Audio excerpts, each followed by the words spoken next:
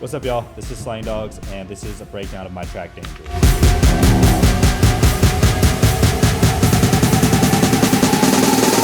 Danger, danger, danger, danger.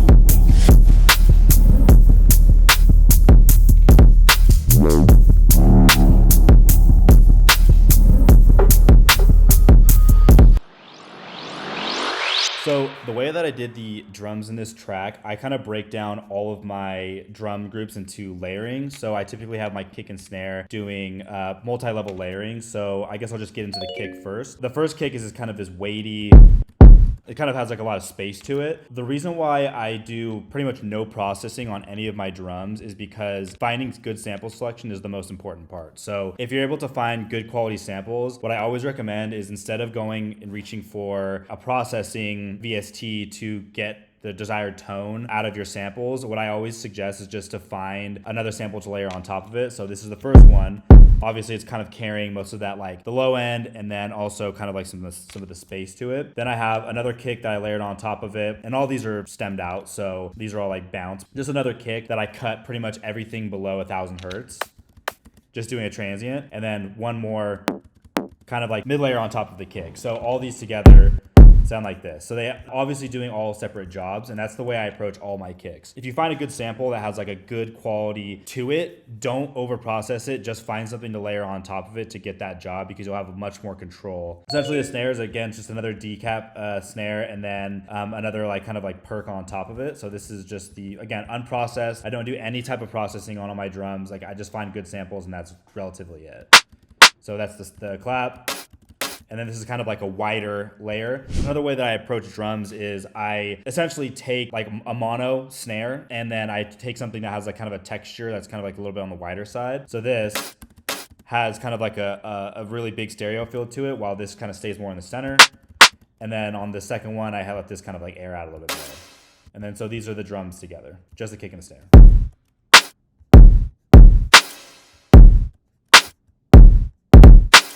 So the way that I approach hats too is kind of in the same process, where every individual layer is kind of doing something specific. So this is the first hat I have. I do throw these off grid a little bit, so I just push this one up 2 milliseconds. It makes the track feel a little bit faster when the hats are moved forward. So for this, it's just kind of like a reverbed out hat. And then I have this ride loop, which is from another one of my tracks. I do this a lot, where I like make sample packs for myself. I'll go back and grab samples from other tracks that I've finished and just put them into a folder. So this hat in particular has a Haas effect on it. It's kind of doing a little bit of different dynamics to it. So the first one hits a little bit harder than the second one, so it kind of has like a little playfulness to it. But this was a super wide layer. So also pushed up 8 milliseconds. So this just is essentially doing stereo imaging. And then I have, again, from an old song of mine, another hat loop. So all these together are, again, doing different jobs. They have different tones. So instead of stacking a bunch of layers on top of each other that all sound very similar, they all have kind of a different characteristic to them. And the thing about high frequencies is you can stack a lot of them on top of each other, so you can get away with a lot of panning and stereo imaging. So I get most of my stereo imaging out of my songs from my hats, and then also just like other one shots and reverbs. So it really helps out to kind of like push these wider in your mix, but also having some ones that hit in the center too makes your stereo field feel really full. Then I have some like other random hats in here, like this guy, which is, I usually do that a lot. I'll have like a kind of a crash on the very beginning part of my track. And then I have this guy doing another sample of mine from a different track. Here's just only the rhythms of the hats.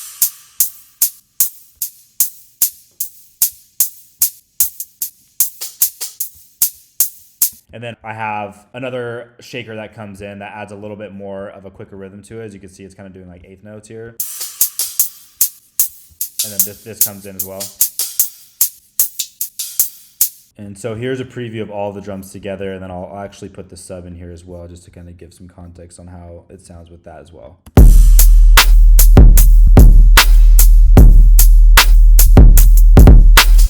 Okay, so the reason why I don't do any type of processing on any of my groups, typically besides like sidechain, you can see there is some sidechain happening on these guys and this one as well. So like Alpha Tool doing sidechain and then Compressor doing the snare sidechain. I don't do any type of extra processing on any of my groups because all of my sounds are fitting in a pocket. Usually I bounce to audio as well. So they're all fitting in a pocket itself. And once you start adding a bunch of like processing on top of this, once it comes out of this group here, you don't have any control of like, let's say, you know, I wanted to shorten this kick, right? If I shorten this kick and I have processing on top of this group, the waveform is going to be different and I might get some artifacts after the kick. I don't really do any processing on any of my groups. So everything is done on individual channels themselves. And most of the additional sound that I'm getting from like, you know, is from layers for the most part. So it's all very, very like dialed in so that I know like every single layer is doing a certain job. So if I go back in my mix down and I like, let's say my transient and my kick is not hitting like it needs to, instead of being like, oh, like I have all this processing on this group that might be taking away from my transient, I know exactly it's going to be right here. And I have so much more control over it because every sample that I put into this group in itself is not being affected by group processing. If you can get your layering down very, very solid, your mixes will be tight and then you won't have to add a bunch of processing to glue things together because you can reach for layers versus additional processing. And a lot of people, as they're learning, are very overwhelmed by a lot of information, and this simplifies the process so much more. And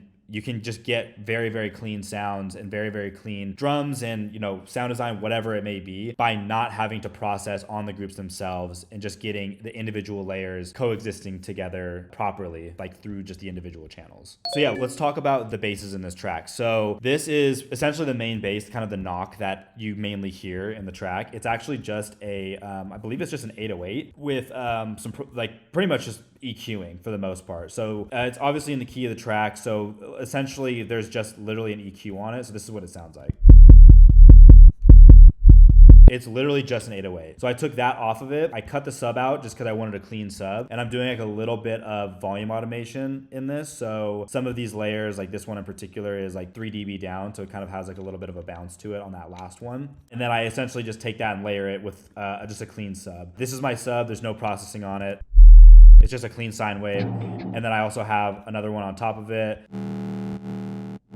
So this would be the second layer on top of it. And again, when I'm approaching like stacking things on top of each other, instead of processing the individual sound, like this one is my drop sub, right? I don't want to touch that literally whatsoever because you want to have a clean subtone. And this is another thing that happens when people start doing group processing is they start losing the qualities of the individual sounds that make them strong. Like for sub, if you start distorting it too much, you start to lose your clean subtone. So in every case, I always keep my subs clean, and that's why I have like warm subs in all my songs. And then if I want to add something on top of it, I'm duplicating that layer and then EQing out and then mixing it in. So this is all of those sub layers together. They work harmoniously because they're doing separate jobs. Like this one in particular, you can see it's going to be occupying this mid-range right here. Pretty much only occupying that realm. This sub is only sitting right here. And then this is going to kind of be leaning in the higher end layer. So all these are working harmoniously together to create one big sound because they're all occupying a similar space in the stereo field. So they're all pretty much mono. So that makes it feel like one sound instead of having like, let's say if this guy was super, super wide, it wouldn't feel like a part of the sub because this feels like an extension of the sub based on the frequency spectrum, being that the sub is fitting down here, that mid bass is right here, and then that high end layer kind of drops off in this range. So they all feel like one sound. And then where you really get a lot of like that weight, this is the pretty much the main bass that kind of gives the track the most character. So this is essentially a pretty long resample that I got out of Serum. And so I just pretty much took this and put a big reverb on it. And this EQ is pretty much derivative, getting the sound to fit in the mix. But this is what this main bass sounds like.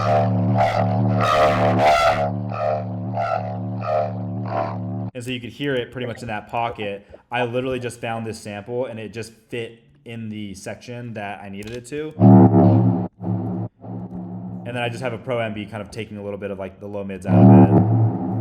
But for the most part, this was just a audio sample straight out of Serum that I resampled, and then it was able to be reverbed out, or I essentially reverbed it out to fit in this space, because this is now doing a specific job, which is pretty much filling out my stereo field. And you can see if I pull this up on an imager, the main thing that this is doing is just stereo waves.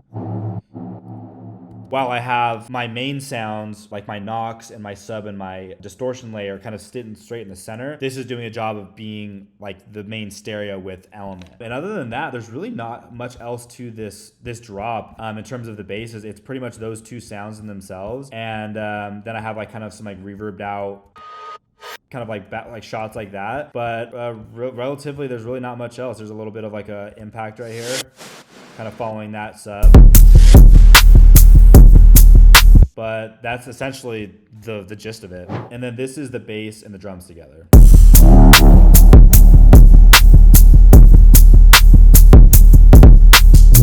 So this vinyl distortion is something that I use a lot in my music, and what essentially does is it creates a very wide noise, and then it kind of fills out the empty spaces in your drops.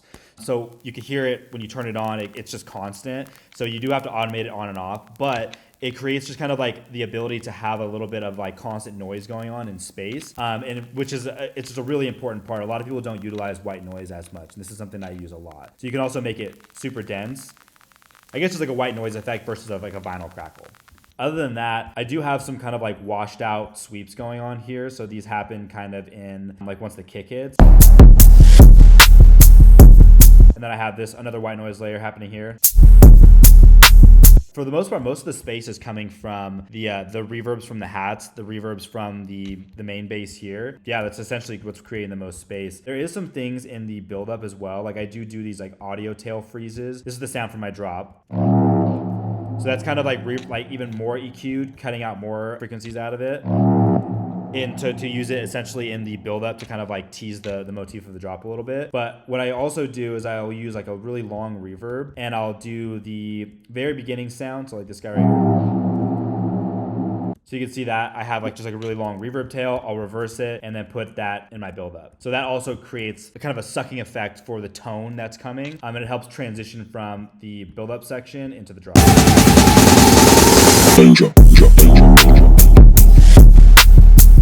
I do have some atmospheres going on in the build up too. I do a lot of layering for like kind of like atmospheres and kind of like reverbed out like wishes and washes. So I have this kind of like a tonal drone thing going on. And then so what I do is I have those in my intro, and then once the drop comes or the build comes, what I'll do is I'll take these and I'll automate the transposition to kind of make it start to turn into a riser.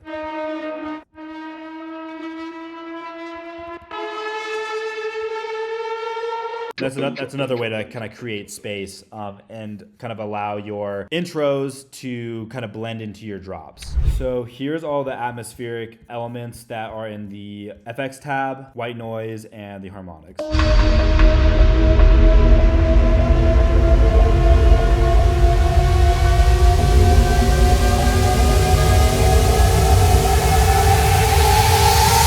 The way that I usually approach my music is I always start with the drop first and then establish like a very strong motif. For those that don't know, the motif is essentially the DNA of your track. It's what people remember from it. So especially for drops and dance music, it's very focused around drops. So I always start with that part first, and then I typically work backwards and write my intros and my buildups to reflect my drop and my motifs from it. So there's certain elements that you can take. In this track in particular, I'm not doing it as much, but you can take elements of your drop once your drop is done, copy it over to your intro, and then start building around the ideas that you already have in your drop. So in this case, like I have, my vocals happening at the end of the bar, right? I take that, I move it backwards to the beginning of the track and have that following kind of like the same patterning. And what this does is it's like, this isn't like a super crucial part of the track, but it's still following this motif in terms of the arrangement. And also like, same things like this, right? So I took this, I moved this backwards. I have these guys happening from the drop, and I also move them back to the intro.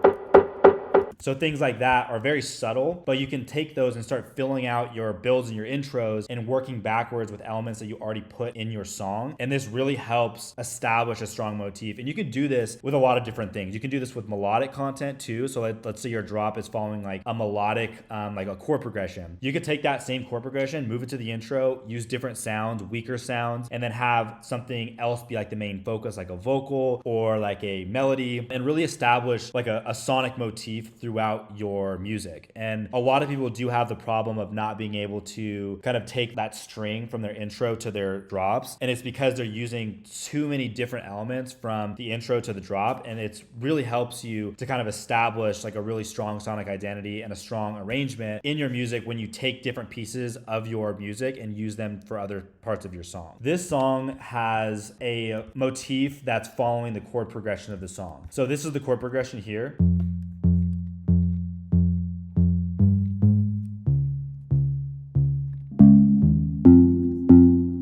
So this is the chord progression. Essentially what I did on this one, and this is another example of how you can use this melodically. I took this same chord progression and used it in my drop and had different, more powerful sounds to essentially mimic that same motif. So this is the sounds in the drop that are essentially following that same motif. And I'll play it with the sub here just so it sounds good.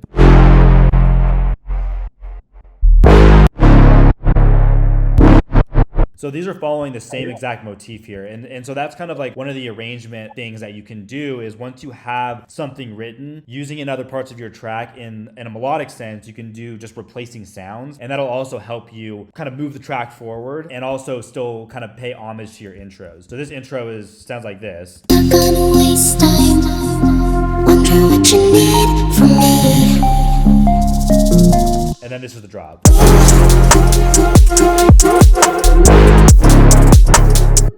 So it's following that same kind of like sonic identity still and the melodic identity. So that is essentially how I approach writing my drops and then moving backwards for the intros and the build up to make them cohesively make sense. And then also like you can do that in reverse too. Like if you write something for an intro, like this one for example, this is the kind of melodic kind of piece that I had written for the intro. So I had that written, and then I essentially was like, okay, I wonder if I can use this in a different part of the track. It ended up just working in the second drop. So I just layered that on top of the second drop, and then now this is what this sounds like.